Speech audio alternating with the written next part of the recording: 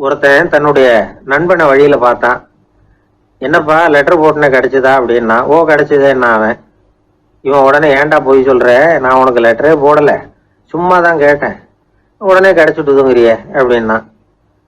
Letter போட்டேன்னு நீ போய் சொல்றப்போ அது கிடைச்சதுன்னு நான் போய் சொல்லக்கூடாதா அப்படின்னு நானா அவன். இப்படிப்பட்டவங்க சில பேர் இருந்தா கூட இன்னைக்கு கடிதம் மூலமா தொடர்பு கொள்ளாதவங்க இருக்கவே முடியாது. அந்த அளவுக்கு அது அவசியமான ஒன்னாயிட்டுது. இந்த அஞ்சல் அட்டைகள் எப்படி ஆரம்பமாச்சு தெரியுமா? ஆஸ்திரியா நாட்டுல ஒரு பேராசிரியர் இருந்தார். அவர் பேரு இம்மானுவேல் ஹெர்மன். அவர் ஒரு நாள் ஒரு பத்திரிகையில கட்டுரை எழுதினாராம். இது நடந்தது 1869. அவர் எழுதின கட்டுரையில மக்கள் அதிகம் செலவில்லாம ஒருத்தருக்கு ஒருத்தர் தகவல் பரிமாறிக்கிறது எப்படி அப்படிங்கறத பத்தி எழுதியிருந்தார். அதுக்கு சில யோசனைகளை அவரே எழுதியிருந்தாராம். எப்படின்னா, அந்த கட்டுரையை எல்லாரும் படிச்சு பார்த்துருக்குறாங்க. அவர் சொன்ன யோசனைகள் என்னன்னு. அது அரசாங்கத்தின் கவனத்துக்கு அது போச்சான். ஆகா, இது அவர் சொல்ற யோசனை நல்லா இருக்கும் போல் இருக்கு அப்படின்னு அவங்கள நினைச்சிருக்கிறாங்க. அவ்வளவுதான். உடனே அந்த யோசனையை நடைமுறைக்கு கொண்டுட்டு வந்தாங்களாம். பேராசிரியர் இம்மானுவேல் ஹெர்மனின் யோசனைப்படி அச்சடிச்ச அரசு முத்திரையோட அரசாங்கம் அஞ்சல் அட்டைகளை வெளியிட ஆரம்பிச்சுதான். 1869 அக்டோபர் 7 இது நடந்திருக்கு. உலகின் முதல் அஞ்சல் அட்டை வெளிவந்த நாள் அது. அப்பதான் அதுக்கு பேர் என்ன தெரியுமா? அதாவது கரஸ்பாண்டிங் கார்டு அப்படின்னு பேராது. அதுக்கப்புறம் என்ன ஆச்சுன்னா, உடனடியாக அமெரிக்காவிலேயே இது மாதிரியான கார்டுகளை வெளியிட ஆரம்பிச்சுட்டாங்க. அங்க இதுக்கு என்ன பேர் தெரியுமா? Postal card. அதுக்கப்புறம் 1870 இங்கிலாந்துலயும் இதை வெளியிட்டாங்களாம். அதை வெளியிட்ட முதல் நாள் அன்னைக்கு என்ன நடந்தது தெரியுமா? மக்கள்லாம் ஏதோ நியாய விலை கடையில நிக்கிறது மாதிரி பெரிய பெரிய கியூ வரிசையில நின்று இதை வாங்கினாங்களாம். நம்ம நாட்டுல முதல் அஞ்சலகம் 1927 கல்கத்தாவில் ஆரம்பமாயிருக்கு. இன்னைக்கும் அஞ்சலகம் இல்லாத இடமே இல்லை. அந்த அளவுக்கு அஞ்சல் போக்குவரத்து அதிகமாக இருக்குது. அன்னைக்கு உள்நாட்டுல ஒருத்தருக்கு ஒருத்தர் தகவல் பரிமாற்றம் செய்து கொள்ள மலிவான ஒரு அஞ்சல் அட்டையை அரசாங்கம் வெளியிடலாம் அப்படின்னு பேராசிரியர் எழுதின கட்டுரை இன்னைக்கு எந்த அளவுக்கு ஆகியிருக்கு பாத்தீங்களா? ஒருத்தன் ஒரு தபால் பெட்டிக்கு பக்கத்துல தலைய வச்சுக்கிட்டு அவன் பாட்டுக்கு நின்றுட்டு இருந்திருக்கான். அங்க இருந்து இன்னொருத்தன் கேட்டிருக்கான், என்ன ஆச்சுன்னு. கொஞ்ச நேரத்துக்கு முன்னாடி இந்த தபால் பெட்டியில ஒரு கார்டு எழுதி போட்டேன், விவரமெல்லாம் நல்லா தான் எழுதியிருக்கிறேன், ஆனா அட்ரஸ் எழுத மறந்துட்டேன் அப்படின்னு நானா. உடனே அவன், அதுக்காக கவலைப்படாத, நான் போட்ட கார்டுல அட்ரஸ் எல்லாம் பின்கோடு உள்பட கரெக்டா எழுதியிருக்கேன், ஆனா விவரம் எழுத மறந்துட்டேன் நானா. கவலைப்படாத, கொஞ்ச நேரத்துல தபால்காரர் வருவார், பெட்டியை திறந்ததும் நம்ம லெட்டரை கேட்டு வாங்கிக்கலாம்னா ஒருத்தன். கொஞ்ச நேரத்துக்கு முன்னாடி அவர் வந்தார், கேட்டேன், அதுக்கப்புறம் தான் மனசுக்கு ரொம்ப கஷ்டமா போச்சு நானா. இவன் ஏண்டான்னு கேட்டிருக்கான். அவன், இது தபால் புட்டு இல்லையா. ஒரு சின்ன பையன் வந்தான். அவனை பார்த்து ஒரு கேள்வி கேட்டோம், ஏன்பா உங்க வீட்டில் அம்மா புத்திசாலியா அப்பா புத்திசாலியா அப்படின்னு. அவன் அலட்சியமா நம்மளை பார்த்து சிரிக்கிறான். என்ன சார் இது, இந்த காலத்தில் இது கூட தெரியாமல் இருக்கிறீங்களே அப்படிங்கிறான். ஒரு சின்ன பையன் நம்மளை பார்த்து இப்படி கேட்டு விட்டானே அப்படின்னு நினைக்கிறப்போ நமக்கு ஒரு மாதிரி ஆயிடும். அதுக்கப்புறம்தான் இந்த தாத்தா பாட்டிலாம் சொல்ற ஒரு கதை ஞாபகத்துக்கு வந்தது. அது என்ன கதை தெரியுமா? ஒரு ஊர்ல ஒரு அம்மாவும் பிள்ளையும் இருந்தாங்களாம். அந்த மகனுக்கு திடீர்னு தேசாந்திரம் போய் வரணும்னு ஆசை வந்துட்டுது. ஊர் ஊரா போய் சுத்தி பார்க்கணுங்கிற ஆசை. அந்த அம்மாவுக்கு இது பிடிக்கல. மகனை பிரிஞ்சு இருக்கிறதுக்கு அவங்க மனசு இடம் கொடுக்கல. வேணாப்பான்னு சொல்லி பார்த்தாங்க, அவன் கேட்கல. திடீர்னு புறப்படவும் செஞ்சுட்டான். சரி, இனிமே அவனை தடுக்க முடியாதுன்னு முடிவு பண்ணிட்டாங்க அந்த அம்மா. இருந்தாலும் புத்திசாலித்தனமா ஒரு யோசனை பண்ணாங்க. மகனை கிட்டத்தில் கூப்பிட்டாங்க. அவங்ககிட்ட சொன்னாங்க, இதை பாருப்பா, நீ தேசாந்திரம் போறதுன்னு தீர்மானம் பண்ணிவிட்ட, அதை நான் தடுக்கல, போயிட்டு வந்துடும். ஆனா போறதுக்கு முன்னாடி எனக்கு ஒரு வாக்குறுதி கொடுத்துட்டு போ அப்படின்னாங்க. போறப்போ ராத்திரியா இருந்தாலும் பகலா இருந்தாலும் சரி, புளிய மரத்து நிழல்ல தான் தங்கணும். திரும்பி வர்றப்போ இரவும் பகலும் நீ வேப்ப மரத்து நிழல்லே தங்கணும் அப்படின்னாங்க. சரி, அப்படியே செய்யறேன்னு சொல்லி வாக்குறுதி கொடுத்தான் பையன். புறப்பட்டு போனான். போற வழியில புளிய மரத்து நிழல்லே தங்கினான், தூங்கினான். அப்படி போயிட்டே இருந்தான். 7வது நாள் அவன் உடம்பு சுகமில்லாம போயிட்டுது. ரொம்பவும் பலவீனம் ஆயிட்டான். இனிமே நடக்க முடியாதுங்கிற நிலைமை வந்துட்டுது. யோசிச்சு பார்த்தான், சரி இதுக்கு மேல போக வேண்டாம் அப்படின்னு முடிவு பண்ணிட்டு திரும்பி வர ஆரம்பிச்சுட்டான். திரும்பி வர்றப்போ வழியில வேப்ப மரத்து நிழலையே தங்கி தங்கி வந்தான். நாளுக்கு நாள் உடம்பு சரியா வந்துட்டுது. 7வது நாள் வீட்டுக்கு சேர்றான். உடம்பு பழையபடியே கலகலப்பாயிட்டுது. பூர்ண சுகம். தேசாந்திரம் போன பையன் திரும்பி வந்துட்டானே அப்படின்னு அந்த அம்மா ஆச்சரியப்படலை. ஏன்னா அவங்களுக்கு தெரியும் இப்படி ஆகும்னு. பையன் சீக்கிரமா திரும்பி வரணுங்கிறதுக்காகத்தான் அவங்க அந்த யோசனையை சொன்னாங்க. என்ன விஷயம்ங்கிறதையும் அவங்களே சொன்னாங்க. மகனே, புளிய மரத்து நிழல் உடம்புக்கு உஷ்ணத்தை கொடுக்கும், சீக்க உண்டாக்கும். அதனால நீ தொடர்ந்து புளிய மரத்து நிழலில் தங்கினாவே நோய்க்கு ஆளாயிட்ட. அதனால பயணத்தை முடிச்சுக்கிட்டு திரும்பி வரணுங்கிற முடிவுக்கு வந்துட்ட. திரும்பி வர்றப்போ நீ தங்கினது வேப்ப மரத்து நிழல். அது உடம்புக்கு குளிர்ச்சியை தரக்கூடியது, நோயை தீர்க்கக்கூடியது. அதனால சுகமா வீட்டுக்கு சேர்ந்துட்ட. உன்னோட தேசாந்திர பயணத்தை தடுக்கிறதுக்காக தான் இப்படி பண்ணினேன் அப்படின்னாங்களாம் அந்த அம்மா. பாத்தீங்களா அம்மாவோட புத்திசாலித்தனத்தை? அப்பாவா இருந்தா இப்படியா பண்ணுவார்?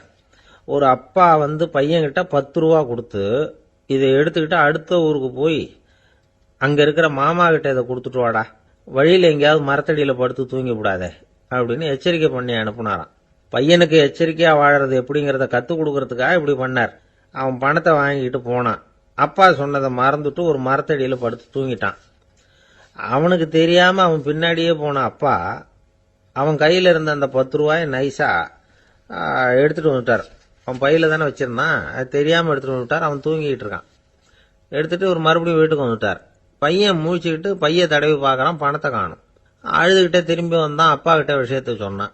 அப்பா சிரிச்சுக்கிட்டே சொன்னார், அதுக்கு தான்ப்பா ஆரம்பத்திலேயே எச்சரிக்கை பண்ணினேன், இனிமேலாவது நீ ஜாக்கிரதையா இருக்கணும் அப்படிங்கிறதுக்காக தான் இப்படி பண்ணினேன்.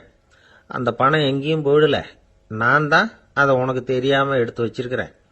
இதோ பாரு அப்படின்னு சொல்லிட்டு சைடு பாக்கெட்ல கையை விட்டா அது ஓட்டையா இருக்கு. அதை எவனோ ஏற்கனவே கத்திரிச்சு எடுத்துட்டு போட்டான். இப்ப அப்பா முகத்துல அசடு வழிஞ்சுதான். 1816 வருஷம் செப்டம்பர் மாசம் 11ஆம் தேதி பிரான்ஸ் தேசத்துல உள்ள ஒரு மருத்துவமனை. அங்க ஒரு இளம் டாக்டர் கொஞ்ச நாளைக்கு முன்னாடி தான் அந்த ஆஸ்பத்திரியில புதுசா வேலைக்கு சேர்ந்திருக்கிறார். அவரு பேரு ரெனே லெனக். அவரு அன்னைக்கு காலையில அந்த மருத்துவமனையில அப்படியே ரவுண்ட்ஸ் வந்துகிட்டு இருக்கிறார். வார்டுல ஒரு படுக்கையில ஒரு இளம் பெண் படுத்திருக்கிறா. அந்த பொண்ணுக்கு இருதய நோயா இருக்கலாம்ங்கிறது மற்ற டாக்டர்கள் சந்தேகம். அந்த காலத்துல எல்லாம் ஒருத்தருடைய இருதய துடிப்பை தெரிஞ்சுக்கணும்னா நோயாளியின் மார்புல டாக்டர் காதை வச்சு பார்த்து தான் தெரிஞ்சுக்கிறது வழக்கம். ஆனா இந்த பெண்ணும் இளம் பெண், அந்த டாக்டரும் புதுசா சேர்ந்திருக்கிறவர். அதனால பரிசோதனை பண்ண தயங்கினார். கொஞ்ச நேரம் யோசனை பண்ணார். திடீர்னு ஒரு ஞாபகம் வந்தது அவருக்கு. அதாவது அன்னைக்கு விடியற் காலையில தோட்டத்தில் அப்படியே வாக்கிங் போயிட்டு இருந்தப்போ சின்ன பசங்கள்லாம் ஒரு மரக்கட்டையை வச்சு விளையாடிட்டு இருந்தாங்களாம். அதை இவர் பார்த்துருக்கிறார். அது என்ன விளையாட்டுனா, ஒரு நீளமான மரப்பலகை, அதில் ஒரு முனையில் ஒரு பையன் தன்னுடைய காதை வச்சுக்கிட்டு இருக்கிறான், மறுமுனையில் இன்னொரு பையன் அந்த மரப்பலகையை ஒரு ஆணியால் கீறிக்கிட்டு இருக்கிறான். ஒரு முனையில் ஆணியால் கீறும் பொழுது மறுமுனையில் காதை வச்சிருக்கிற பையனுக்கு அந்த சத்தம் துல்லியமாக கேட்குது. அந்த டாக்டருக்கு காலையில பார்த்த இந்த விளையாட்டு ஞாபகத்துக்கு வந்துட்டுது. உடனே என்ன பண்ணார் தெரியுமா? ஒரு நீளமான காகிதத்தை எடுத்தார். அதை அப்படியே உருளை மாதிரி உருட்டினார். ஒரு முனையை அந்த நோயாளியின் மார்புல இடது பக்கம் வச்சார், இன்னொரு முனையில தன்னுடைய காதை வச்சார். என்ன ஆச்சரியம்! நோயாளியின் மார்புல நேரடியா காதை வச்சு கேட்கறத விட துல்லியமா கேட்டது இதய துடிப்பு. இதய துடிப்பு மட்டும் இல்ல, மூச்சு இழுத்து விடுறது, திரவ பொருள்களின் அசைவு, எல்லா சத்தமும் தெளிவா கேட்குது. கிரேக்க மொழியில ஸ்டெத்தாஸ் அப்படின்னா மார்பு, ஸ்கோப்பின் அப்படின்னா பார்ப்பதுன்னு அர்த்தம். அதனால டாக்டர் ரெனே லெனக் தான் கண்டுபிடிச்ச கருவிக்கு ஸ்டெத்தஸ்கோப் அப்படின்னு பேர் வச்சார். அவரே முதல் மாடலையும் செஞ்சார். அளவு ரொம்ப பெருசா இருந்தது, சுலபமா எடுத்துட்டு போகிறது கஷ்டம், அது அவ்வளவு கஷ்டமா இருந்தது அது. அதனால அவரே அதை அப்புறம் 2 பிரிவா தயார் பண்ணார். இது 2 துண்டையும் டாக்டர் தன்னோட கோட்டு பாக்கெட்ல வச்சுக்கலாம், தேவைப்படுறப்ப எடுத்து ஒன்னா சேர்த்துக்கலாம். இப்படிதான் அவர் ஆரம்பத்தில் பண்ணார். தன்னுடைய இந்த கண்டுபிடிப்பை பத்தி அவர் ஒரு புத்தகம் எழுதினார். நிறைய வித்துது, புகழும் பணமும் சேர்ந்தது. பணமும் புகழும் சேர்ந்தது மாதிரியே அவருக்கு ஒரு நோயும் சேர்ந்தது. அது என்ன நோயின்னு கண்டுபிடிக்கிறதுக்கும் அவரு கண்டுபிடிச்ச கருவி தான் உபயோகப்பட்டுதான். அவரே அதை கண்டுபிடிச்சார். அவருக்கு வந்திருந்தது காச நோய். 1826 வருஷம் ஆகஸ்ட் மாசம் 13ஆம் தேதி உலகத்தின் முதல் ஸ்டெதஸ்கோப்பை கண்டுபிடிச்ச டாக்டர் ரெனே லெனக் காலமானார். அவர் சாகிறதுக்கு முன்னாடி மரத்தால செஞ்சு வச்சிருந்த ஸ்டெதஸ்கோப்பை தனக்கு வேண்டியப்பட்ட ஒரு டாக்டர் கிட்ட கொடுத்து, என்னுடைய சொத்துக்கள்லயே ரொம்ப வசந்தது அப்படின்னு சொன்னாராம். அதுக்கப்புறம் 3 வெள்ளைக்காரங்க சேர்ந்து இந்த கருவியில சில மாற்றங்களை பண்ணாங்க. ஆனா 1829 லண்டன்ல டாக்டர் நிக்கோலஸ்ங்கிறவர் ஒரு காதால இதய துடிப்பை கேட்கறத விட டாக்டர் 2 காதாலையும் கேட்கறது தான் சரியா இருக்கும் அப்படின்னு ஒரு கருத்தை வெளியிட்டார். அதுக்கப்புறம் ரொம்ப காலம் கழிச்சு 1852 ஜார்ஜ் காமான் அப்படிங்கிறவர் ரப்பர் டியூப்களை உபயோகப்படுத்தி 2 காதாலையும் கேட்கிற மாதிரி ஒரு புதிய வடிவத்தை அதுக்கு கொடுத்தார். அதுக்கு பிறகு அது படிப்படியா எவ்வளவு மாற்றங்கள் இருந்தாலும் ஆரம்பத்தில் டாக்டர் ரெனேல் எனக்கு உருவாக்கின அடிப்படை மாடலை யாரும் மாற்றி அமைக்கலைங்கிறது தான் முக்கியமான விஷயம். நமக்கு தெரிஞ்ச ஒரு ஆஸ்பத்திரி, அதில் ஒரு நோயாளி, காலை நேரத்தில் நர்ஸு அந்த பக்கமாக போயிட்டு இருந்தாங்க. அதை பார்த்துட்டு ஒரு நர்ஸுன்னு கத்துறார். நர்ஸ் அவசரமாக ஓடி வந்து என்ன விஷயம்னு கேட்டாங்க. சிஸ்டர், இங்கே பாருங்க, உங்கள் டாக்டரை என் நெஞ்சில் அவர் காதை வச்சு கேட்டுக்கிட்டு இருக்கிறார் அப்படின்னார் நோயாளி. சிஸ்டர் பதட்டப்படாம, அதனால என்ன, இந்த டாக்டர் பழமையான விஷயங்கள்ல ரொம்ப நம்பிக்கை உள்ளவர், அதனால ஸ்டெதாஸ்கோப்பை உபயோகப்படுத்தாம காதை வச்சு கேட்கிறார், அது ஒன்றும் தப்பு இல்லை அப்படின்னாங்களாம். ஐயோ, அதுக்காக இல்லை சிஸ்டர், இவர் என் நெஞ்சு மேல தலையை வச்சது நேற்று ராத்திரி 9 மணி, இப்ப விடிஞ்சு போச்சு, இன்னமும் தலையை எடுக்கவே இல்லை, அதுக்காக தான் சந்தேகப்பட்டு உங்களை கூப்பிடுறேன் அப்படி. ஒரு நண்பர் இருக்கார், எப்ப பார்த்தாலும் கையில ஒரு புத்தகம் இருக்கும், புத்தகம் இல்லாம எங்கேயும் புறப்பட மாட்டார். எதுக்காக இப்படி எடுத்துட்டு போறீங்க அப்படின்னு கேட்டா, எனக்கு இது ஒரு நல்ல நண்பன் மாதிரி, இந்த காலத்துல எங்க போனாலும் காத்திருக்க வேண்டியிருக்கு, அது மாதிரி சமயத்துல நான் வந்து நண்பன் கூட பேசிக்கிட்டு இருப்பேன் அப்படின்பாரான். ஒருத்தர் ஒரு பெரிய அரச பதவியில் இருந்தார். அவர் பதவியிலிருந்து இறங்க வேண்டிய சூழ்நிலை. அரசு கொடுத்திருந்த வீட்டை விட்டுட்டு வெளியில வர்றார். வரும்பொழுது 2 கையிலையும் 2 பெட்டியை எடுத்துக்கிட்டு வந்தாராம். சார், உங்களுடைய உடைமைகள் அப்படின்னு கேட்கறாங்க அங்க இருந்த ஊழியர்கள். இவர் தன்னுடைய கையில இருக்கிற பெட்டியை காட்டி, இதுதான் என்னுடைய சொத்து அப்படின்னாராம். ஒரு பெட்டியில அவருடைய உடைகள், இன்னொரு பெட்டியில அவர் விரும்பி படிக்கிற புத்தகங்கள், அவ்வளவுதான். இதுதான் இருந்துதான். புத்தகம் படிக்கிறது வந்து மனசுக்கு நல்லதுங்கிறது நமக்கு தெரியும். புத்தக வாசிப்பு வந்து உடம்புக்கும் நல்லதுங்கிறாங்க. அது நமக்கு ஆச்சரியமா தான் இருக்குது. ஒரு நபர் ஒரு வருஷத்துல சராசரியா 2000 பக்கங்களை படிச்சிருக்கணுமா, யுனெஸ்கோ பரிந்துரை. ஆனா நம்ம நாட்டில் நாம சராசரியா படிக்கிறது 32 பக்கங்கள், அவ்வளவுதான். இவ்வளவுக்கு நம்ம நாட்டில் 6000க்கும் மேற்பட்ட நாளேடுகள், 2000க்கும் மேற்பட்ட இதழ்கள், மலர்கள், இவ்வளவு இருந்தும் சரியா வரல. இந்த உலகத்துல முதல் நூலகம் எங்க எப்ப ஆரம்பமாச்சு தெரியுமா? கிமு 2500ஆம் ஆண்டுல அது ஆரம்பமாயிருக்குது. பாபிலோனியாவில் அமில் அனு அப்படிங்கிற அரசன் தான் நூலகத்தை உருவாக்கி இருக்கிறான். அப்பெல்லாம் தாள் கிடையாது, களிமண் தான். களிமண் பலகைகளில் வந்து எழுதி அது தொகுத்து அப்படியே நூலாக்கி அதை நூலகத்தில் வச்சிருப்பாங்களாம். அரசருடைய நூலகத்தில் 1000க்கும் மேற்பட்ட நூல்கள் இருந்ததாக வரலாற்று குறிப்பு இருக்குது. அது மட்டும் இல்லை, அந்த நூலகத்தில் வந்து பொருள் வாரியா, அதாவது சப்ஜெக்ட் வாரியா புத்தகங்களை வந்து வகைப்படுத்தி வச்சிருந்தாங்களாம். அதுல மிச்சம் இருந்த ஒரு 25 களிமண் பலகை புத்தகங்கள் இன்னைக்கும் பிரிட்டிஷ் அருங்காட்சியகத்தில் இருக்குதான். அச்சு தாள் இதெல்லாம் ஏற்பட்டதுக்கு அப்புறம் அமைக்கப்பட்டது தான் பிரான்சில் இருக்கக்கூடிய பாரிஸ் நூலகம். 1480 பிரெஞ்சு மன்னர் 11ஆம் லூயி இந்த நூலகத்தை அமைச்சாராம். ஆனா அப்பெல்லாம் அரசர்கள் மட்டும்தான் நூலகத்தை பயன்படுத்த முடியுமா. அதுக்கப்புறம் 17ஆம் நூற்றாண்டுல இந்த முறை மாறி பொதுமக்கள் அங்க போகலாம், படிக்கலாம் அப்படிங்கிற நிலைமை வந்துதான். போட்லியன் நூலகம் அப்படின்னு அதுக்கு பேரு, பாரிஸ் நகரத்தில் இருக்கு. அங்கதான் நூல்களின் பட்டியல் தயாரிப்பு பணி ஆரம்பமாச்சு. கல்வி வளர்ச்சியையும் நூலகத்தையும் இணைச்சவர் வந்து நெப்போலியன் போனபார்ட். முன்பணம் செலுத்தி புத்தகத்தை படிக்கிற முறையையும் அவர் தான் கொண்டுட்டு வந்தாராம். மக்கள்கிட்ட வசூலிக்கிற வரியின் ஒரு பகுதியை நூலகத்துக்கு பயன்படுத்தினவரும் அவர் தானா. நெப்போலியன் நூலகத்தில் உலகத்தில் உள்ள எல்லா மொழி நூல்களும் இருக்குதான். அங்க ஒரு தமிழ் நூலும் இருந்திருக்குது. அது என்னன்னா கம்பராமாயணம். சோவியத் யூனியனுக்கு படையெடுத்து போனப்போ அங்கிருந்து லட்சக்கணக்கான புத்தகங்களை இந்த பனிச்சறுக்கு வாகனங்கள் இருக்குல்ல, அதுல கொண்டுகிட்டு வந்ததாக வரலாறு. அடுத்தபடியா குறிப்பிட்டு சொல்லத்தக்க நூலகம் எதுன்னா பிரிட்டிஷ் நூலகம். மிக பழைய கையெழுத்து பிரதியெல்லாம் கூட அங்க இருக்குது. 1753 ஆரம்பமாச்சு. அதுல உள்ள நூல்களை வந்து வரிசையா அடுக்கினா 180 கிலோமீட்டர் நீளத்துக்கு வருமா. மிகப்பெரிய நூலகம் அமெரிக்க தலைநகர் வாஷிங்டன்ல இருக்குதான். இந்தியாவை பொறுத்த வரைக்கும் பெரிய பழைய நூலகம் எதுன்னா கல்கத்தா நூலகம். எல்லா இந்திய மொழி நூல்களும் இங்க உண்டு. மகாகவி பாரதியார் நடத்தின இந்தியாங்கிற இதழின் எல்லா பிரதிகளும் அங்க பாதுகாப்பா இருக்குது. படிக்கும் பழக்கம் வந்து இங்க வளர வேண்டி இருக்குது. ஒருத்தர்கிட்ட ஒரு புஸ்தகத்தை கொடுத்து விமர்சனம் எழுத சொல்லியிருந்தாங்க. கொஞ்ச நாள் கழிச்சு அவரை போய் பார்த்து, என்னங்க புஸ்தகத்தை படிச்சு பார்த்தீங்களா அப்படின்னு கேட்டாங்களாம். இதுக்கு அவர் சொல்லியிருக்கிறார், இன்னும் நான் படிச்சு பார்க்கலிங்க, இப்பதானே விமர்சனமே எழுதி முடிச்சிருக்கிறேன், இனிமே தான் படிக்கணும் அப்படின்னாராம். எனக்கு இது மட்டும்தான் சார் தெரியும், இதை தவிர வேற எதுவும் தெரியாது அப்படின்னு சொல்லிக்கிட்டே காலம் தள்ளுறவங்க ரொம்ப பேர். அவங்க எல்லாம் கஷ்டப்பட வேண்டியிருக்கும். ஒருத்தர் தன்னுடைய தொழிலில் ரொம்ப கெட்டிக்காரராக இருக்கலாம், அதுக்காக எப்பவும் அதே ஞாபகத்தில் இருந்துக்கிட்டு உலகியல் அறிவு இல்லாமல் இருந்துடக்கூடாது, அது ஆபத்து. இதுக்காக நம்ம தாத்தா பாட்டிலாம் ஒரு கதை சொல்லுவாங்களே, கேள்விப்பட்டிருக்கீங்களா? ஒரு சமயம் ஒரு 4 பேர் சேர்ந்து வெளியூருக்கு பிரயாணம் போனாங்களாம். அந்த 4 பேர் எப்படி தெரியுமா? ஒருத்தர் வேதாந்தி, இன்னொருத்தர் சங்கீத வித்வான், 3வது ஆள் வைத்தியர், 4வது ஆள் ஜோசியர். இவங்க 4 பேரும் நண்பர்கள். அதனால சேர்ந்து புறப்பட்டாங்க. வழியில் ஒரு ஊரில் தங்கினாங்க. இருட்டி போச்சு. அதனால இன்னைக்கு ராத்திரி இங்கேயே தங்கி இருந்துட்டு நாளைக்கு புறப்படலாம் அப்படின்னு தீர்மானம் பண்ணாங்க. சாப்பாட்டுக்கு என்ன பண்ணுறது? அங்கேயே கடத்தெருவுக்கு போய் சாமான்லாம் வாங்கியாந்து சமைச்சு சாப்பிட்லாம்னு முடிவு பண்ணாங்க. 4 பேர் இருக்கிறதுனால ஆளுக்கு ஒரு காரியமாக செய்யலாம் அப்படின்னு வேலையை பிரிச்சுக்கிட்டாங்க. வைத்தியர் கரிகாய் வாங்க போனார், வேதாந்தி எண்ணெய் வாங்க போனார், ஜோசியர் பலசரக்கு வாங்க போனார், சங்கீத வித்வானுக்கு சமைக்கிற வேலை. எல்லாம் சரி, ஆனால் நடந்தது என்ன தெரியுமா?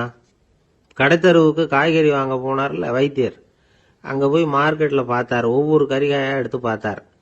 இது பித்தம், உடம்புக்கு ஒத்துக்காது, இது வாயு, உடம்புக்கு ஒத்துக்காது அப்படின்னு ஒவ்வொன்றா தள்ளினார். கடைசியில் ஒன்றுமே தேரல, வெறுங்கையோட திரும்பி வந்துகிட்டு இருக்கிறார். எண்ணெய் வாங்க போனார வேதாந்தி, அவர் ஒரு தொன்னையில் எண்ணெயை வாங்கினார். பேசாமல் அதை எடுத்துகிட்டு வர வேண்டியது தானே, முடியல. அவருடைய வேதாந்த மூளை சிந்திக்க ஆரம்பிச்சுட்டுது. இந்த தொன்னைக்கு எண்ணெய் ஆதாரமா அல்லது எண்ணெய்க்கு தொன்னை ஆதாரமா அப்படிங்கிற ஆராய்ச்சியில் இறங்கினார். என்னாச்சு தெரியுமா? அப்படி கவுத்து பார்த்தார். வாங்கின எண்ணெய் பூராவையும் வழியில் கொட்டிவிட்டு வெறும் தொன்னையோடு சேர்ந்தார். பலசரக்கு வாங்க போனார் ஜோசியர், அவர் ஒரு வழியில் பார்த்தாரு. வழியில் வந்தவங்களெல்லாம் அங்கங்கே ஒரு மரத்தடியில் உட்கார வச்சு அவங்களுக்கெல்லாம் ஆர்வம் சொல்ல ஆரம்பிச்சிட்டார். அப்படி ஒவ்வொருத்தராக சொல்லி முடிச்சுட்டு கடத்தருக்கு போய் சேர்ந்தார். இவர் அங்கே போய் சேர்றதுக்குள்ளே ரொம்ப நேரம் ஆயிட்டுது. கடையெல்லாம் பூட்டிவிட்டு போயிட்டாங்க. என்ன செய்யறது? அவரும் வெறுங்கையோட திரும்பி சேர்ந்தார். சரி, இவங்க கதை தான் இப்படி ஆச்சு. அங்கே சமைக்கிறதுக்காக உட்காந்துருந்தாரு சங்கீத வித்வான், அவரு கதை என்னாச்சு தெரியுமா? அங்கே அவர் அடுப்பை பற்ற வச்சு ஒலையை கொதிக்க வச்சார். அதாவது ஒரு பானையில் தண்ணியை ஊற்றி அடுப்பில் வச்சார். அது கொதிக்க ஆரம்பிச்சுது. தண்ணி கொதிக்கிற சத்தம் இருக்குதுல்ல, அது இவருக்கு தாளம் போடுறது மாதிரி இருந்தது. ஒரே குஷி, பாட ஆரம்பிச்சுட்டார். பாடிக்கிட்டே உற்சாகமாக கையில் இருந்த கரண்டியால் அந்த பானையில் தட்டினார், தாளம் போடுறதா நினச்சிக்கிட்டு. அவ்வளவுதான், பானை பட்டுன்னு உடஞ்சி போச்சு. தலையில் கையை வச்சுக்கிட்டு அவரும் உட்காந்துட்டார். எந்த தொழில் தெரிஞ்சாலும் சரி, அதை புத்திசாலித்தனமாக பயன்படுத்த தெரியலன்னா ஆபத்து தான். அதுக்காக தான் இந்த கதை. ஒரு பஸ் டிரைவர் ரொம்ப கெட்டிக்காரரு. பஸ்ஸை ரொம்ப திறமையாக ஆபத்து இல்லாமல் ஓட்டினதுக்காக பரிசுலாம் வாங்கினவர். அவரே ஒரு படகு ஓட்டுறதுக்காக அழைச்சிட்டு போயிருக்கிறாங்க, மோட்டார் படகு. அதையும் ரொம்ப திறமையாக தான் ஓட்டிட்டு போயிருக்கிறாரு. நடுக்கடலில் போனதும் படகு நின்று போச்சு. மோட்டாரில் ஏதோ கோளாறு. என்ன செய்யலாம் அப்படின்னு அந்த டிரைவரை கேட்டிருக்கிறாங்க படகுல இருந்தவங்கெல்லாம். அப்போ அவர் சொன்னாராம், கவலைப்படாதீங்க, ஒன்றும் பிரச்சனை இல்லை, எல்லாரும் கொஞ்சம் கீழே இறங்கி பின்னாடி தள்ளுங்க, மோட்டார் ஸ்டார்ட் ஆகிடும் அப்படின்னாராம். இந்த உலகத்தில் நாம் நல்லபடியாக இருக்கணும்னா அதுக்கு முக்கியமாக தேவைப்படுறது 2. ஒன்று செல்வம், இன்னொன்று அறிவு. சரி, இது 2ல் சிறந்தது எது அப்படின்னு ஒரு கேள்வி கேட்டால் என்ன பதில் சொல்கிறது?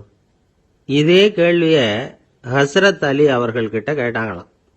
அவர் ஒரு பெரிய அறிஞர். கேள்வி கேட்டவங்களும் சாதாரண ஆட்கள் இல்லை, இவங்களும் அறிஞர்கள். ஒரு நாள் ஹஸ்ரத் அலி அவர்கள்கிட்ட 10 அறிஞர்கள் வந்தாங்களாம். ஐயா, நாங்கள் 10 பேரும் உங்ககிட்ட ஒரே கேள்வியை தான் கேட்க வந்திருக்கிறோம், ஆனால் எங்கள் 10 பேருக்கும் நீங்கள் தனித்தனியாக பதில் சொல்ல முடியுமா அப்படின்னு கேட்டிருக்காங்க. அதாவது அவங்க ஒரே கேள்விக்கு இவர்கிட்ட இருந்து 10 விதமான பதில் எதிர்பார்க்குறாங்க. சரி கேளுங்க, என்ன கேள்வி அப்படின்னார் அவர். அப்போதான் அவங்க கேட்டாங்களாம், செல்வம் அறிவு இது 2ல் சிறந்தது எது? இதுதான் கேள்வி. ஹஸ்ரத் அலி என்ன பண்ணார் தெரியுமா? அவங்கள ஒவ்வொருத்தராக கூப்பிட்டார், ஒவ்வொரு விதமான பதிலை சொல்லி அனுப்புனார். முதல்ல ஒருத்தரை கூப்பிட்டார், சொன்னார், அறிவுங்கிறது தீர்க்கதரிசிகள், ஞானிகள், மகான்கள் இவங்களோட பரம்பரை சொத்து. ஆனால் செல்வம்ங்கிறது கொடுங்கோலரின் ஆயுதம், அதனால அறிவு தான் சிறந்தது அப்படின்னார். ரெண்டாவது ஆளை கூப்பிட்டார். உங்ககிட்ட செல்வம் இருந்தா நீங்க தான் அதை காப்பாற்றணும். ஆனா அறிவு உங்களை எப்பவும் காப்பாற்றும். ஆகவே அறிவு தான் சிறந்தது அப்படின்னார். மூணாவது ஆளை கூப்பிட்டார். செல்வந்தனுக்கு எப்போதும் விரோதிகள் அதிகம், ஆனா அறிஞனுக்கு நண்பர்கள் அதிகம், அதனால அறிவு தான் சிறந்ததுன்னார். அடுத்தவரை கூப்பிட்டார். செல்வம் அடுத்தவங்களுக்கு கொடுக்க கொடுக்க குறையும், ஆனா கல்விங்கிறது அதிகரிச்சுக்கிட்டே வரும், கொடுக்கறதுனால குறையாது, அதனால அறிவு தான் சிறந்ததுன்னார். இன்னொருத்தரை கூப்பிட்டார். அறிவுள்ளவன் எப்பவும் அதை அடுத்தவங்களுக்கு வாரி வழங்கிக்கிட்டே இருப்பான், அதனால அவங்ககிட்ட தாராளத்தன்மை இருக்கும். ஆனா செல்வந்தன்கிட்ட கஞ்சத்தனம் தான் இருக்கும், அதனால அறிவு தான் சிறந்ததுன்னார். ஆறாவது நபரை கூப்பிட்டார். செல்வத்தை கள்வர்கள் திருடிட்டு போக முடியும், ஆனா அறிவை அப்படி திருடிட்டு போக முடியாது அப்படின்னார். ஏழாவது நபரை கூப்பிட்டார். செல்வம் கால ஓட்டத்துல அழிஞ்சிரும், ஆனா அறிவை கால ஓட்டம் ஒன்றும் பண்ண முடியாது, ஆகவே அறிவே சிறந்ததுன்னார். எட்டாவது ஆளை கூப்பிட்டு சொன்னார். செல்வத்துக்கு எப்பவும் எல்லை உண்டு, நிறை உண்டு, அளவு உண்டு, கணக்கு உண்டு, ஆனா அறிவுக்கு அப்படிப்பட்ட எல்லை எதுவும் கிடையாது, அதனால அதுதான் சிறந்ததுன்னார். அடுத்தவனை கூப்பிட்டார்.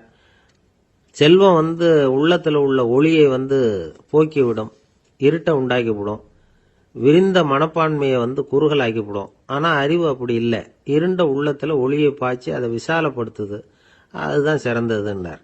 கடைசியா 10வது நபரை கூப்பிட்டார். செல்வம் மனசுல செருக்கை உண்டாக்குது, ஆணவத்தை ஏற்படுத்துது, அதனால நானே கடவுள்னு நினைக்கிற அளவுக்கு மனுஷனை தாழ்த்தி விடுது, ஆனா அறிவு பணிவையும் பண்பாட்டையும் வளர்க்குது, அதனால அறிவு தான் சிறந்ததுன்னார். ஆக இப்படி 10 பேருக்கும் 10 விதமா பதில் சொன்னது மூலமா ஹஸ்ரத் அலி அவர்கள் அறிவு தான் செல்வத்தை விட சிறந்தது அப்படிங்கறதுக்கு 10 காரணங்களை சுட்டி காட்டியிருக்கார். அந்த அறிஞர் 10 பேர் கேட்ட ஒரே கேள்விக்கு 10 பதில் சொன்னார். நமக்கு வேண்டிய ஒருத்தர் 10 பேர் கேட்ட கேள்விக்கு ஒரே பதில் சொல்லி சமாளிச்சார். கேள்வி என்ன தெரியுமா? என்கிட்ட வாங்கின கடனை எப்பயா திருப்பி கொடுக்க போற? இதுதான் அந்த 10 பேரும் கேட்ட ஒரே கேள்வி. இந்த மாசம் 26ஆம் தேதி தந்துடுறேன் அப்படிங்கிற ஒரே பதில் சொல்லி அவ்வளவு பேரையும் இவர் அனுப்பி வச்சுட்டாராம். எல்லாரும் போனதுக்கு அப்புறம் இவரை தனியா கூப்பிட்டு கேட்டிருக்கிறாங்க. அது என்ன சார் கணக்கு, 26ஆம் தேதி அன்னைக்கு என்ன அதிசயம் நடக்க போகுது அப்படின்னு கேட்டிருக்காங்க. அதிசயம் அன்னைக்கு இல்ல, அதுக்கு முத நாளே நடக்க போகுதுன்னாராம். விவரமா சொல்லுங்கன்னு இருக்காங்க. வேற ஒண்ணும் இல்லைங்க, 26ஆம் தேதி தானே எல்லாரையும் வர சொல்லி இருக்கிறேன், அதுக்கு முத நாளே நான் புறப்பட்டு தலைமறைவாயிட போறேன் அப்படின்னாராம் ரொம்ப பெருமையா. ஒரு தடவை நாரதர் ஒரு தெரு வழியா போய்கிட்டு இருந்தார். வழியில ஒருத்தர் வேத சாஸ்திரம்லாம் படிச்சுக்கிட்டு உட்காந்துருந்தார். அவர் நாரதரை பார்த்து எங்க போயிட்டு இருக்கிறீங்கன்னு கேட்டார். கடவுளை பார்த்துட்டு வரலாம்னு போயிட்டு இருக்கிறேன் அப்படின்னாரு நாரதர். அப்படின்னா அவர்கிட்ட எனக்கு எப்போ முக்தி கிடைக்கும்னு கேட்டுட்டு வாங்களேன் அப்படின்னார் இவர். சரி கேட்டு வரேன் அப்படின்னு சொல்லிவிட்டு நாரதர் நடந்தார். கொஞ்ச தூரத்துல ஒரு மரத்தடியில ஒரு தொழிலாளி செருப்பு தைச்சுக்கிட்டு உட்காந்துருந்தார். அந்த ஆளும் அதே மாதிரி கேட்டுக்கிட்டார்.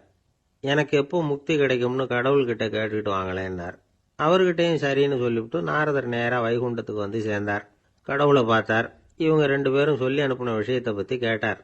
அதுக்கு கடவுள் சொன்னாரு, அந்த செருப்பு தைக்கிற தொழிலாளி உடல் நீத்ததும் உடனே என்ன அடைவான்.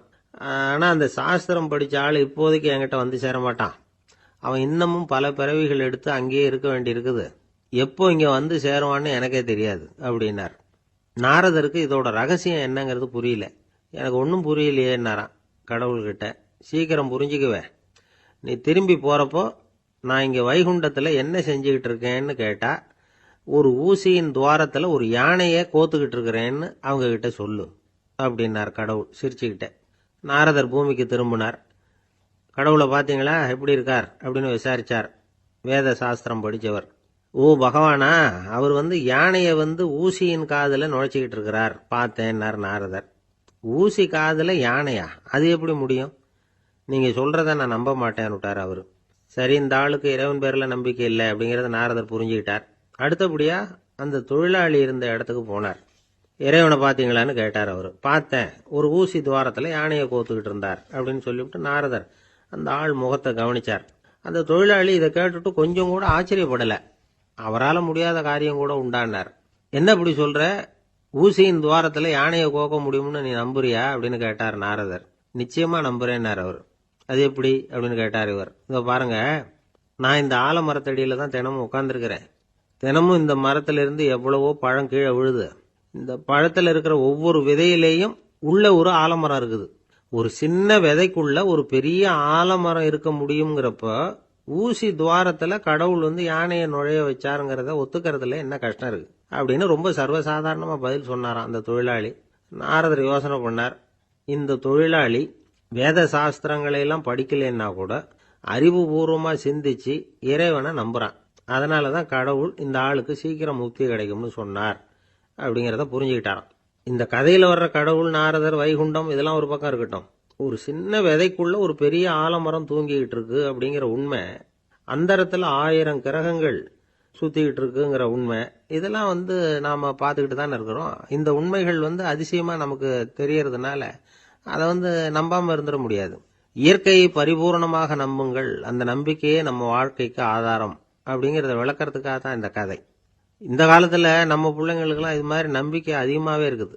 ஒரு நாள் ஒரு சின்ன பையன் கிட்ட கேட்டேன், ஏன்பா கடவுள் ஒரு பானைக்குள்ள ஒரு யானையை நுழைய வச்சுட்டாருன்னு சொன்னா அதை நீ நம்புவியா அப்படின்னு கேட்டோம். நம்புவேன் சார், அது ஒன்றும் பெரிய அதிசயம் இல்லைன்னா. எப்படிறான்னு கேட்டோம். எப்படின்னா அந்த பானை அந்த யானையை விட பெருசா இருந்திருக்கும், அவ்வளவுதான் அப்படின்னு சொல்றான். பொங்கல் திருநாள். பொங்கல் திருநாள்னா இது ஏதோ அறுவடை திருநாள் அப்படின்னு சொல்லுவோம். அதாவது வருஷம் பூரா நாம பாடுபட்டு அதனுடைய பலனை அனுபவிக்கிற நாள் அப்படிங்கிறது நாம சொல்லிட்டு இருக்கிறது. இது முக்கியமா இது ஒரு நன்றி அறிவிப்பு நாள் அப்படின்னு சொல்லுவாங்க. இன்னைக்கு நிறைய நன்றி அறிவிப்பு கூட்டம்லாம் நடந்துகிட்டு இருக்குல்ல, அது மாதிரி விவசாயிகள் நடத்துகிற ஒரு நன்றி அறிவிப்பு விழா இது. யாருக்கு நன்றி சொல்றாங்கன்னா ஆதவனுக்கு. அதாவது சூரியன் இல்லைன்னா விவசாயம் இல்லை. அதனால ஆதவனுக்கு நன்றி செலுத்துகிற நாளாக இந்த பொங்கல் திருநாளை நாம கொண்டாடுறோம். அதாவது இந்த பொங்கல்ல விவசாயிகள்ட்ட இருந்து நிறைய பண்புகளை நாம தெரிஞ்சுக்க வேண்டிய நாள் இது. விவசாயிகள் அவங்க விவசாயம் முன்னேறி இருக்கிற அளவுக்கு விவசாயிகளுடைய வாழ்க்கை தரம் முன்னேறல. அந்த அளவுக்கு அவர்கள் நாட்டுக்காக உழைச்சிக்கிட்டு இருக்கிறாங்க. அந்த காலத்திலே அதை பத்தி ஒரு கதை சொல்றது உண்டு. ஒரு வயசான ஆளு நிலத்துல ஏறு உழுதுகிட்டு இருந்தாராம். கிழிஞ்சு போன ஒரு சின்ன துண்டை தான் இடுப்புல கட்டியிருந்தாராம். தலையில ஒரு கந்தலை சுத்தி இருந்தார். உடம்பு பூரா சேரு, ரொம்ப ஏழை.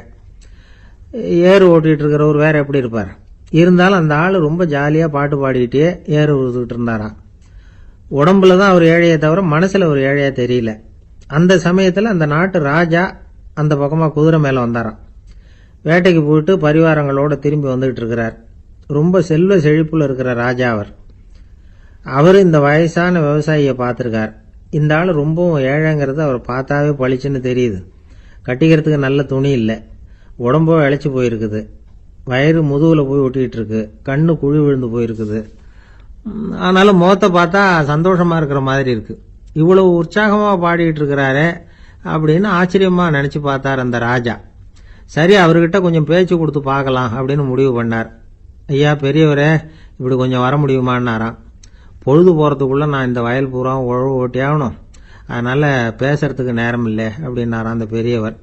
என்ன அவ்வளவு அவசரமா? மீதி இருந்தா நாளைக்கு உழுதக்கூடாதா? அது சரி, உனக்கு எத்தனை ஏக்கர் நிலம் இருக்கு அப்படின்னு விசாரிச்சிருக்கார் ராஜா. எனக்குன்னு சொந்தமா உள்ளங்கை அளவு கூட நிலம் கிடையாது. இது எங்க முதலாளியோட நிலம். இதை பூராவும் உழுது முடிச்சாதான் அவர் கூலி கொடுப்பார். நான் கூலிக்கு உழுதுகிட்டு இருக்கிறேன். உங்ககிட்ட பேசிக்கிட்டு இருந்தா அவருக்கு துரோகம் பண்ணது மாதிரி ஆயிடும் அப்படின்னாராம். ராஜா குதிரையை விட்டு கீழே இறங்கினார். வரப்புல நடந்து அந்த பெரியவர்கிட்டயே போனாராம். சரி, ஒரு நாள் பூரா உழுதா உனக்கு எவ்வளவு கூலின்னு கேட்டிருக்கார். 8 அணா கூலி கிடைக்கும்னாராம் அவர். இது ரொம்ப காலத்துக்கு முன்னாடி நடந்த ஒரு சம்பவங்கிறதுனால அப்ப 8 அணா கூலிங்கிறது ரொம்ப பெருசு. இருந்தாலும் அதுவும் அந்த ராஜாவுக்கு பெரிய கூலியா தெரியல. இவ்வளவுதானா, இதை வச்சுக்கிட்டு நீ எப்படி காலம் தள்ளுற அப்படின்னாராம். ஒன்னும் கவலை இல்லை அப்படின்னாராம் அவரு. ராஜாவுக்கு ரொம்ப ஆச்சரியமா போச்சு. 8 அணா கூலி வாங்குற இந்த ஆளு கவலை இல்லாம இருக்கிறார், ஏராளமான வசதியோட இருக்கிறன்னா கவலை இல்லாம வாழ முடியலையே அப்படின்னு நினைச்சு பார்த்திருக்கார். அது சரி, 8 அணாவில் எப்படி குடும்பம் நடத்துற அப்படின்னு கேட்டாராம். எனக்கு கிடைக்கிற 8 அணாவில் 2 அணா குடும்பத்துக்கு செலவழிக்கிறேன், 2 அணா பழைய கடனுக்கு கொடுக்கறேன், 2 அணா தர்மம் செய்யறேன், 2 அணா வட்டிக்கு கொடுக்கறேன், ஒரு குறையும் இல்லைன்னாராம். ராஜாவுக்கு ஒன்றும் புரியல. எனக்கு ஒன்றும் புரியலையேன்னு இருக்காரு. ஐயா, எனக்கும் என் மனைவிக்கும் 2 அணா செலவாகுது. வயசான அம்மா அப்பா இருக்கிறாங்க, சின்ன வயசுல என்னை காப்பாத்தினவங்க அவங்க. அந்த கடனுக்கு 2 அணா செலவாகுது, அது பழைய கடன். என் தங்கச்சி ஒருத்தி ஆதரவு இல்லாத நிலைமையில தன்னுடைய மகனோட என் வீட்டுல இருக்கிறா, அவளுக்கும் அவள் மகனுக்கும் 2 அணா செலவு பண்றேன், அது தர்மம். எனக்கு 2 பிள்ளைங்க இருக்கிறாங்க, அவங்களுக்கு 2 அணா செலவு பண்றேன், அது வட்டிக்கு கொடுக்கறது மாதிரி. பிற்காலத்துல அவங்க எங்களை காப்பாத்துவாங்க. அந்த வகையில நான் திருப்தியோட வாழ்ந்துகிட்டு இருக்கிறேன் அப்படின்னாராம். ராஜாவுக்கு அர்த்தம் புரிய ஆரம்பிச்சுதான். அந்த பெரிய நிலத்தை விலை கொடுத்து வாங்கி அந்த பெரியவருக்கே தானமா கொடுத்துட்டாராம். இப்போ உழுதவருக்கே நிலம் சொந்தமாயிட்டுது. அன்னையிலிருந்து அரசனுக்கும் ஆறுதல் கிடைச்சுதான். இப்படி ஒரு கதை சொல்லுவாங்க. 8 அணா வருமானத்தை வச்சுக்கிட்டு எப்படி காலத்தை தள்ளுறதுன்னு சொல்றதுக்காக இந்த கதையை சொல்றதாக யாரும் தப்பா நினைச்சுக்க கூடாது. கிடைக்கிறத எப்படி பங்கு போடுறார், எப்படி திருப்தியா வாழறார் அப்படிங்கிறது தான் முக்கியம். அது மாதிரி இன்றைக்கு இந்த பொங்கல் திருநாள்ல உழவர்கள் மனசு மகிழ்ச்சியா இருந்ததுன்னா அது எல்லாரும் மகிழ்ச்சியா இருக்கிறது மாதிரி அர்த்தம். அதனால அவர்கள்ட்ட இருந்து நாம பாடம் கத்துக்கணும். சில உழவர்கள் தங்கள் நிலத்துல விளையறத தாங்கள் சாப்பிட மாட்டாங்க. அடுத்தவங்கள்ட்ட வித்துட்டு சந்தையில போய் வேற அரிசி வாங்கிட்டு வந்து தான் இவங்க சாப்பிடுவாங்க. அப்படிப்பட்ட விவசாயிகள்லாம் இது உண்டு. பங்கிடுகிற பண்பை உழவர்கள்ட்ட இருந்து கற்றுக்கொள்ளுங்கள் அப்படிம்பாங்க. ஒரு ஆள் நிம்மதியா மகிழ்ச்சியா இருந்தானா, உங்க நிம்மதிக்கும் மகிழ்ச்சிக்கும் என்ன காரணம்னு கேட்டிருக்காரு இன்னொருத்தர். என்கிட்ட இருந்தது பூராவையும் என் பிள்ளைங்களுக்கு சமமா பங்கு போட்டு கொடுத்துட்டேன், எனக்குன்னு எதுவுமே வச்சுக்கல, அதுதான் நிம்மதிக்கு காரணம்னு இருக்கான். உங்ககிட்ட இருந்தது எவ்வளவு இருந்தது அப்படின்னு கேட்டிருக்காரு அவரு. மொத்தமா ஒரு 50,000 ரூபாய் இருக்கும் அப்படின்னு இருக்கான். அவ்வளவும் பணமாவே இருந்ததா அப்படின்னு கேட்டிருக்காங்க அவங்க. இல்லைங்க, அவ்வளவும் கடன், அதை தான் பிரிச்சு கொடுத்துருக்கேன் பிள்ளைங்க கிட்ட அப்படின்னு நானும். அவன் ஒரு அம்மா தெருவில் உட்காந்து என்னத்தையோ தேடிட்டு இருக்கிறாங்க. அந்த அம்மா ஒரு சுஃபி ஞானி. அவங்க பேர் என்னன்னா ரபியா அல் அடாவியா. அந்த அம்மாவுக்கு கண் கூட தெளிவா தெரியாது. அந்த பக்கமா வந்த சில பேர் இவங்களுக்கு உதவி செய்யறதுக்காக வந்தாங்க. என்ன தேடிட்டு இருக்கிறீங்க அப்படின்னு கேட்டாங்க. இதுக்கு அந்த அம்மா, அந்த கேள்வி அவ்வளவு முக்கியத்துவம் இல்லை, நான் தேடிட்டு இருக்கிறேன், உங்களால முடிஞ்சா எனக்கு உதவி பண்ணலாம் அப்படின்னாங்களாம். உதவி செய்ய வந்தவங்களுக்கு ஆச்சரியம். எதை தேடுறோங்கிறது தெரியாம இப்படி ஏன் நேரத்தை செலவழிக்கிறீங்க, நாங்க எப்படி உங்களுக்கு உதவ முடியும், எங்களுக்கு ஒன்றும் புரியலையே அப்படின்னு இருக்காங்க. சரி, உங்களை திருப்தி பண்றதுக்காக சொல்றேன், ஒரு குண்டூசி தொலைஞ்சு போச்சு, அதை தேடுறேன் அப்படின்னாங்களாம் அந்த அம்மா. அதுக்கப்புறம் இவங்களும் சேர்ந்து தேட ஆரம்பிச்சிட்டாங்க. கொஞ்ச நேரம் ஆச்சு, ஒன்றும் கிடைக்கல. உதவி செய்ய வந்தவங்களும் அழுத்து போட்டாங்க. அப்புறம் கேட்டாங்க, பாருங்கம்மா, இது ரொம்பவும் பெரிய தெரு, அகலமான தெரு, அதனால குறிப்பா நீங்க எந்த இடத்துல அந்த குண்டூசியை தொலைச்சிங்க அதை சொல்ல முடியுமான்னாங்களாம். இதுக்கு அந்த அம்மா, நீங்க மறுபடியும் அர்த்தமில்லாத கேள்வியை கேட்கறீங்க, உங்க கேள்விக்கும் நான் தேடுறதுக்கும் என்ன சம்பந்தம்னாங்களாம். இதை கேட்டதும் அவங்க ஒரு மாதிரி ஆயிட்டாங்க. என்னம்மா நீங்க பைத்தியம் மாதிரி பேசுறீங்க அப்படின்னாங்களாம். சரி, உங்களை மறுபடியும் திருப்திப்படுத்துறதுக்காக சொல்றேன், அதை நான் எங்க வீட்டில் தொலைச்சுட்டேன் அப்படின்னாங்களாம். அப்புறம் எதுக்காக இங்க தேடிட்டு இருக்கிறீங்க அப்படின்னு கேட்டிருக்காங்க. ஏன்னா இங்கதான் வெளிச்சம் அதிகமா இருக்குது, அங்க வீட்டுக்குள்ள இருட்டா இருக்கு, அதனால இங்க தேடுறேன், வெளிச்சம் உள்ள இடத்துல தானே தேட முடியும் அப்படின்னாங்களாம் அந்த ஞானி. இந்த கதைக்கு என்ன அர்த்தம்ங்கிறத பெரியவங்க சொல்றாங்க. அதாவது இந்த தேடுதல்ங்கிறது ஒரு வியாதி. அது நம்ம சதா அலைய வைக்கும், பைத்தியமா மாத்துறதுக்கு முயற்சி பண்ணும். ஒரு காலம் அது நிறைவு அடையவே அடையாது. வாழ்வுங்கிறது ஒரு புரிந்து கொள்ள முடியாத சதா ஏங்கி கொண்டிருக்கிற ஒரு செயல். அதுக்கு ஆரம்பமும் இல்லை, முடிவும் கிடையாது. எதையோ தேடணும் அப்படிங்கிற உந்துதல் நமக்குள்ள இருக்கும், ஆனா குறிப்பா எதை தேடிட்டு இருக்கிறோம் அப்படிங்கிறது புரியாது. அப்படி ஏதாவது ஒன்றை தேடி அடைஞ்சிடுறோம்னு வச்சுங்க, உடனே ஒரு அதிருப்தி வந்துடும். அதனால வாழ்க்கைங்கிறது சலிப்பு நிறைந்தது அப்படிங்கிற எண்ணத்தை உண்டாக்கிக்கிறோம். ஒன்று அடைஞ்சதுக்கு அப்புறம் இன்னொன்று தேட ஆரம்பிச்சிருவோம். ஆக இந்த தேடல்ங்கிறது நாம ஒன்று அடைஞ்சாலும் அடையாவிட்டாலும் தொடர்ந்து நடந்துகிட்டு தான் இருக்கும். இதுக்கு முடிவே கிடையாது. இந்த உண்மையை நாம நல்லா புரிஞ்சுக்கணும் அப்படிங்கிறது பெரியவங்களுடைய கருத்து. ஏழையும் தேடுறான், பணக்காரனும் தேடுறான், நோயாளியும் தேடுறான், நோய் இல்லாதவனும் தேடுறான், அதிகாரம் உள்ளவனும் தேடுறான், அதிகாரம் இல்லாதவனும் தேடுறான், முட்டாளும் தேடுறான், அறிவாளியும் தேடுறான். ஆனா யாரும் இதை தான் தேடி சாதிக்க போகிறோம், இதுதான் முடிவு அப்படின்னு திட்டவட்டமா சொன்னதில்லை. ஒன்னு அடைஞ்சதும் இன்னொன்னு தேட ஆரம்பிச்சிடுறாங்க, அவ்வளவுதான். அதாவது உங்களின் தேடுபவர் உங்கள் உள்ளேதான் இருக்கிறார், அவரை தேடி கண்டுபிடியுங்கள். இதுதான் ஞானிகள் நமக்கு சொல்லுகிற ஒரு ஆலோசனை. நம்மால் ஒருத்தன் ஜெயிலில் இருந்தான். இன்னொரு கைதி அவனை பார்த்து கேட்டான், ஏன்பா உன்னை பார்க்கறதுக்கு வெளியிலேருந்து யாருமே இங்கே வர்றது இல்லையே, உனக்கு சொந்தக்காரங்களே கிடையாதா அப்படின்னு கேட்டானா. ஏன் இல்லை, எனக்கு சொந்தக்காரங்க நிறைய பேர் உண்டு, அவங்க என்னை பார்க்க வராததுக்கு காரணம் வேற அப்படின்றான் இவன். என்ன காரணம்னு கேட்டான் அவன். அதுக்கு இவன் சொன்னானா, அதுக்கு என்ன காரணம்னா அவங்க எல்லாரும் இங்கே உள்ளேயே இருக்கிறாங்க அப்படின்னா. இதய நோய் இன்னைக்கு வராதவர்கள் 2 பேருக்கு வர்றதில்லை. ஹார்ட் அட்டாக் வராத குரூப் யாருன்னா இந்த நரிக்குறவர்களுக்கு இது வரைக்கும் வந்ததே கிடையாது இதய நோய். வாழ்க்கையை ரொம்ப லேசாக எடுத்துக்கிறவங்க. அவங்களுக்கு வெற்றியும் சந்தோஷத்தை தரும், தோல்வியும் சந்தோஷத்தை தரும். அது இப்போ எங்கள் ஊரில் எல்லாம் இந்த துப்பாக்கி சுடுறதுக்கு இந்த வேட்டைக்கு துப்பாக்கி வச்சுருப்போம். எங்கள் ஊர் பக்கம் அந்த காட்டில் அது நரிக்குறவை சுடுவாங்க. கூட்டமாக பறந்து போகிறப்ப சுட்டா ஒரு பறவை விழுந்ததுன்னா சந்தோஷப்படுவார், துள்ளுவார். அதே மாதிரி தப்பிச்சு போனாலும் துள்ளுவார், ஆகா எவ்வளோ அருமையாக போகுதுன்னு. நமக்கு தான் பயமாக இருக்கும், ஐயோ ஒரு குண்டு வேஸ்ட் ஆகிட்டுதுன்னு. அதனால் நரிக்குறவர்களுக்கு வர்றதில்லை. அதே மாதிரி இன்னொரு குரூப்புக்கு ஹார்ட் அட்டாக் இது வரைக்கும் வந்ததில்லை. மருத்துவ உண்மை யாருன்னா பைத்தியக்காரனுக்கு வந்ததே கிடையாது. பைத்தியக்காரங்களுக்கு இது வரைக்கும் ஹார்ட் அட்டாக்கே வந்ததில்லை. ஏன்னா அவங்க எதுவாக ஆக நினைக்கிறார்களோ அதுவும் ஆயிடுறாங்க. அவங்க இப்போ நான் இந்த நாட்டுக்கு பிரதம மந்திரி ஆகணும்னு நினைக்கிறேன்னா நான் எந்த கட்சியில் சேர்றது, எங்கே போகிறது, எப்படி பண்ணுறதுன்னு நான் டென்ஷன் ஆயிடுறேன். அதாவது என் இருதயத்துக்கு அதிகமாக வேலை கொடுக்குறேன். ஒரு துடிப்புக்கும் இன்னொரு துடிப்புக்கும் நடுவில் இருக்கிற ஓய்வு தான் என்னுடைய ஆயுளை நிர்ணயம் பண்ணுது. நான் பிரதம மந்திரி ஆகணுங்கிற ஆவலில் எனக்கு துடிப்பை அதிகமாக்கி ஆயுளை குறைச்சிக்கிறேன், ஹார்ட் அட்டாக் வந்துடுது. ஆனால் ஒரு பைத்தியக்காரன் பிரதம மந்திரி ஆகணும்னு நினைக்கிறான்னு வைங்க, அவன் ஆனதாவே நினச்சிடுறான். அவனுக்கு முயற்சி தேவைப்படாது. எதுவாகணும்னு நினைக்கிறானோ அது ஆயிடலாம். ஒரு சினிமா நடிகர் ஆகணும்னு பைத்தியம் பிடிச்சதுன்னா நான் தான் ரஜினிகாந்த் அப்படிம்பான். அதாவது அது மாதிரி ஆயிடும்.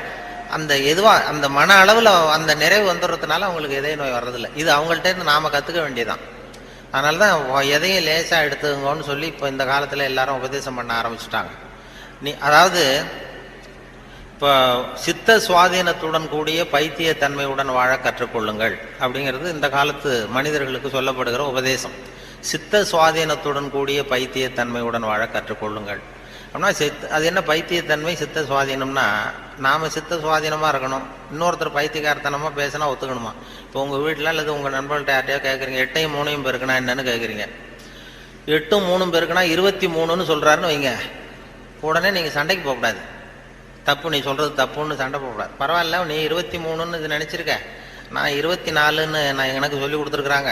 சரி, உங்கள் வாத்தியார் அப்படி சொல்லி கொடுத்துருக்காரு, எங்கள் வாத்தியார் அப்படி சொல்லி கொடுத்துருக்காரு, ஒன்று தானே வித்தியாசம். அதுவும் வாய்ப்பாட்டில் எத்தனையோ எடிஷன்லாம் இருக்கு இல்லையா, அதனால் பரவாயில்ல அப்படின்ட்டு போயிடணும். இதுதான் சித்த சுவாதீனத்துடன் கூடிய 24 தான் உண்மைங்கிறது தெரியும் நமக்கு, சரிங்கிறது. 23ஐயும் சரின்னு ஒத்துக்கிறோம் பாருங்க, அதை தான் சித்த சுவாதீனத்துடன் கூடிய. அப்படி இருக்கிறவங்களுக்கு இதய நோய் வராதான். அது துல்லியம்ங்கிறது அதில் வேணும். அதாவது இப்போ ஒரு மாணவன் படிச்சுட்டு இன்டர்வியூக்கு போனான், ஒரு பேங்க் உத்தியோகம். அங்கே கேள்வி கேட்டாங்க, 8ஐயும் 3ஐயும் பெருக்குனா என்னப்பான்னு. அவன் சொன்னான் 8ஐயும் 3ஐயும் பெருக்குனா 23ன்னு சொல்லிட்டான், வாய் தவறி சொல்லிட்டான். சரி, போயிட்டு வான்ட்டாங்க இன்டர்வியூவில். வெளியில் வரும்பொழுது யோசிச்சான், இது என்ன ஒரு சின்ன கணக்கு தானே கேட்டாங்க, இது தப்பாக சொல்லிட்டோமே, 8, 3, 23ன்னு சொல்லிட்டோமே, இது கூட தெரியலன்னா நமக்கு எப்படி பேங்க்கில் வேலை கிடைக்கும்? நிச்சயமாக நமக்கு இந்த வேலை இல்லை, ஏதோ உளறிவிட்டோம் அப்படின்னு சொல்லி போயிட்டான் வீட்டுக்கு. வீட்டுக்கு போனால் ஒரு வாரத்தில் அப்பாயின்மெண்ட் ஆர்டர் வந்துட்டுது அவனுக்கு, நீ வேலையில் சேர்ந்துக்கிடான்னு. உடனே அப்போ அவன் நினச்சானா, சரி நாம் பதில் சொன்னதை அவரும் சரியாக காதில் வாங்கலை போல இருக்கு, கேள்வி கேட்டவரும், அதனால் இதை சொல்லிடக்கூடாது, பேசாமல் போய் வேலையில் சேர்ந்துருவோம் அப்படின்னு போய் நேராக போய் வேலையில் சேர்ந்துட்டான். சேர்ந்து வேலை பர்மனெண்ட் ஆனதுக்கப்புறம் அந்த மேனேஜர்கிட்ட போய் உக்காந்தான். சார், அன்னைக்கு இன்டர்வியூக்கு வந்தப்போ என்ன ஒரு கேள்வி கேட்டீங்க, 8ஐயும் 3ஐயும் பெருக்குனா என்னன்னு, நான் வாய் தவறி 23ன்னு சொல்லிட்டேன், நீங்களும் சரியாக கவனிக்கலை போட்டுருக்கு சார், எனக்கு வேலை கொடுத்துட்டீங்க, ரொம்ப தேங்க்ஸ் அப்படின்றான். இனிமேல் ஒன்றும் பண்ண முடியாதுன்னு. அப்போ அந்த மேனேஜர் சொன்னார், அப்படி இல்லைப்பா, அன்னைக்கு இன்டர்வியூக்கு வந்தது ஒன்னையும் சேர்த்து 294 பேர் வந்தீங்க இன்டர்வியூக்கு. நான் 294 பேர்கிட்ட இந்த கேள்வி கேட்டேன், 8ஐயும் 3ஐயும் பெருக்குனா என்னன்னு. நீ சொன்னது தான் நியரஸ்ட் கரெக்ட் ஆன்சர். நான் அதனால தான் வேலை கொடுத்தேன், நான் ஒன்றும் தப்பாக பண்ணிவிடல அப்படின்னா. அதாவது வாழ்க்கையில் வெற்றி பெறணும், இதய நோய் வரக்கூடாது, ஹார்ட் அட்டாக் வரக்கூடாதுன்னு நினைக்கிறவர்கள் நியரஸ்ட் கரெக்ட் ஆன்சரை தான் பார்க்கணுமா. வாழ்க்கையில் நியரஸ்ட் கரெக்ட் ஆன்சர் பார்க்குற மனோபாவம் இதயத்தை நல்லா வச்சுருக்கோம். ஆனால் அறிவியலில் அப்படி பார்க்கக்கூடாது. அறிவியலில் ரொம்ப துல்லியம் அவசியம். இப்போ உங்கள் பொறியியல் சம்மந்தப்பட்ட விஷயங்கள்லையோ அறிவியல் சம்மந்தப்பட்டதில் துல்லியம் தான் முக்கியம். அதில் போய் நியரஸ்ட் கரெக்ட் ஆன்சர் பார்க்கக்கூடாது. வாழ்க்கைங்கிற கணக்கில் நியரஸ்ட் கரெக்ட் ஆன்சர் தான் பார்க்கணும்.